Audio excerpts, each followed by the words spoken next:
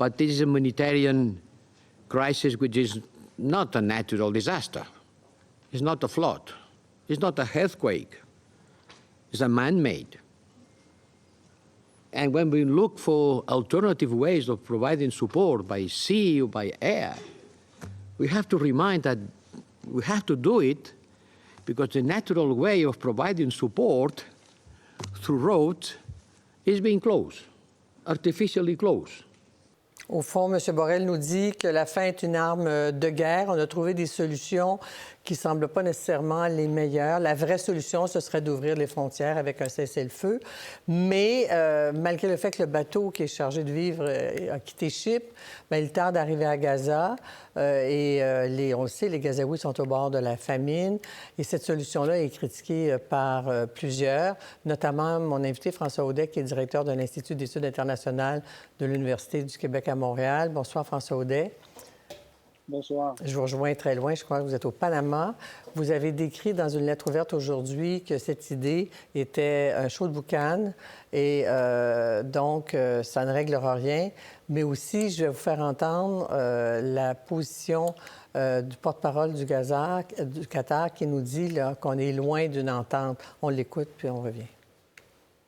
But what I can tell you is that there are those, including Netanyahu, who have the keys to securing a deal right now. We urge them to consider doing a deal right now because every day that goes by is a risk to the life of the hostages, is a risk to the life of civilians in Gaza, and it's not in anybody's interest, especially the people of Israel and the security of Israel, for this war to continue. Alors, évidemment, le porte-parole du Qatar met de la pression sur Netanyahou, mais on sait aussi que du côté du Hamas, on ne sait de rien. On veut qu'Israël quitte complètement la bande de Gaza. Si j'ai ajouté cet extrait, François Audet, au fond, ce serait la solution idéale, ce cessez-le-feu qui n'arrive pas. Et donc, on revient à la solution alternative, corridor maritime, la construction d'un port, et ça ne règle rien, selon vous. Bien, en fait, c'est que si on revient là, à une base simple, il y a plus de 2,2 millions de personnes prises dans une enclave emmurée. D'un côté, il y a la mer. De l'autre, c'est complètement contrôlé par Israël.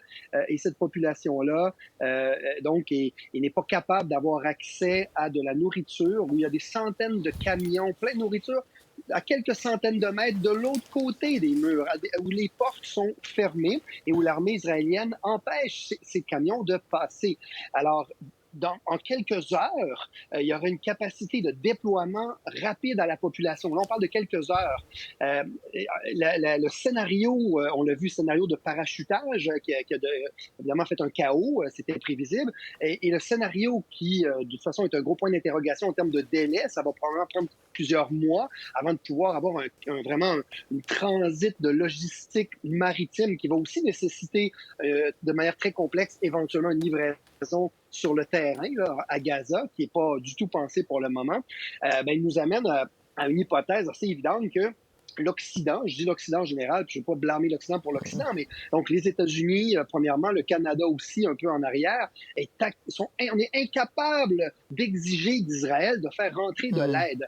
Certains pourraient dire que le cessez-le-feu serait une défaite militaire d'Israël.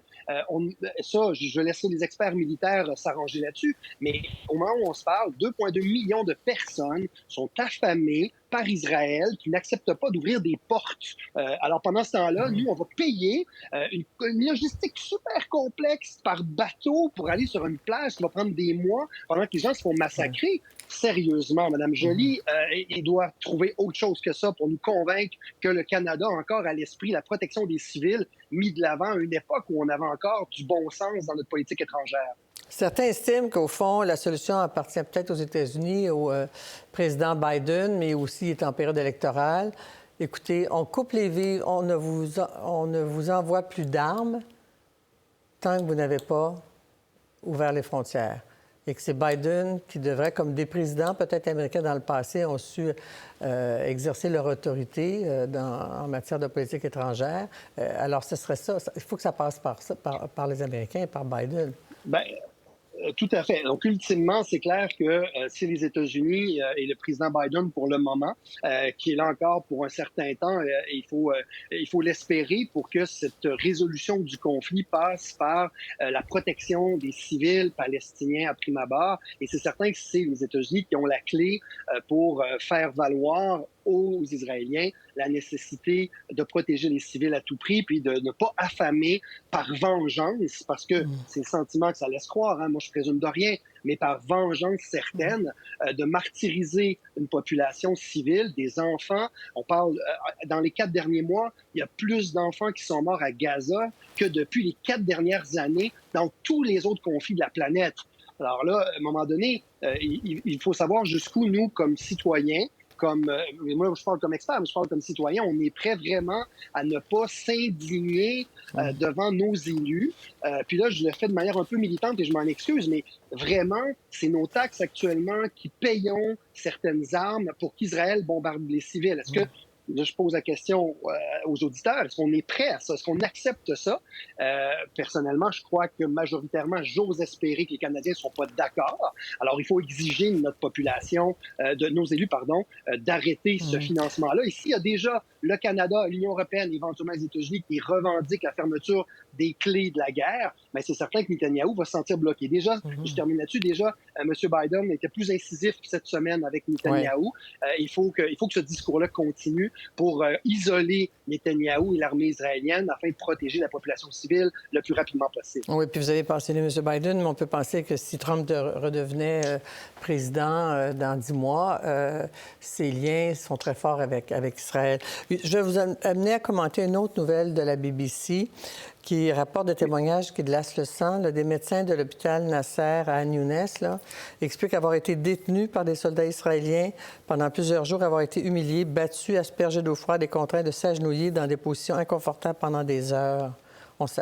Selon BBC, on s'attaque à du personnel médical volontaire et qui risque leur vie pour sauver d'autres vies. Tout à fait.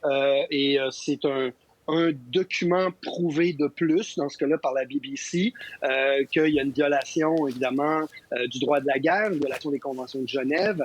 Le personnel médical, qui, par ailleurs, peut être palestinien ou de n'importe quelle origine, qui est en train de sauver des vies, de protéger des civils, comme vous l'avez mentionné, a été pris en otage, a été arrêté sans raison, ont été effectivement humiliés. Il y a des images extrêmement troublantes qu'on voit actuellement sur le site de la BBC qui démontrent cette violence-là faite sur les médecins, le personnel médical qui ne faisait rien d'autre que de soigner la population civile. Alors, il faut l'espérer que la Cour de justice s'empare de ces cas-là pour qu'il y ait vraiment, qu'il n'y ait pas d'impunité et qu'il n'y ait pas un sentiment de vengeance qui va revenir derrière ça, parce que c'est cette escalade de vengeance et d'impunité qui ne cesse de se développer dans la région, malheureusement, depuis trop d'années. François Audet, donc directeur de l'Institut d'études internationales à l'UQAM. Merci beaucoup. On se reparle bientôt. Ça me fait plaisir. Au revoir. Pour voir nos émissions en entier, rendez-vous sur la chaîne Ici RDI.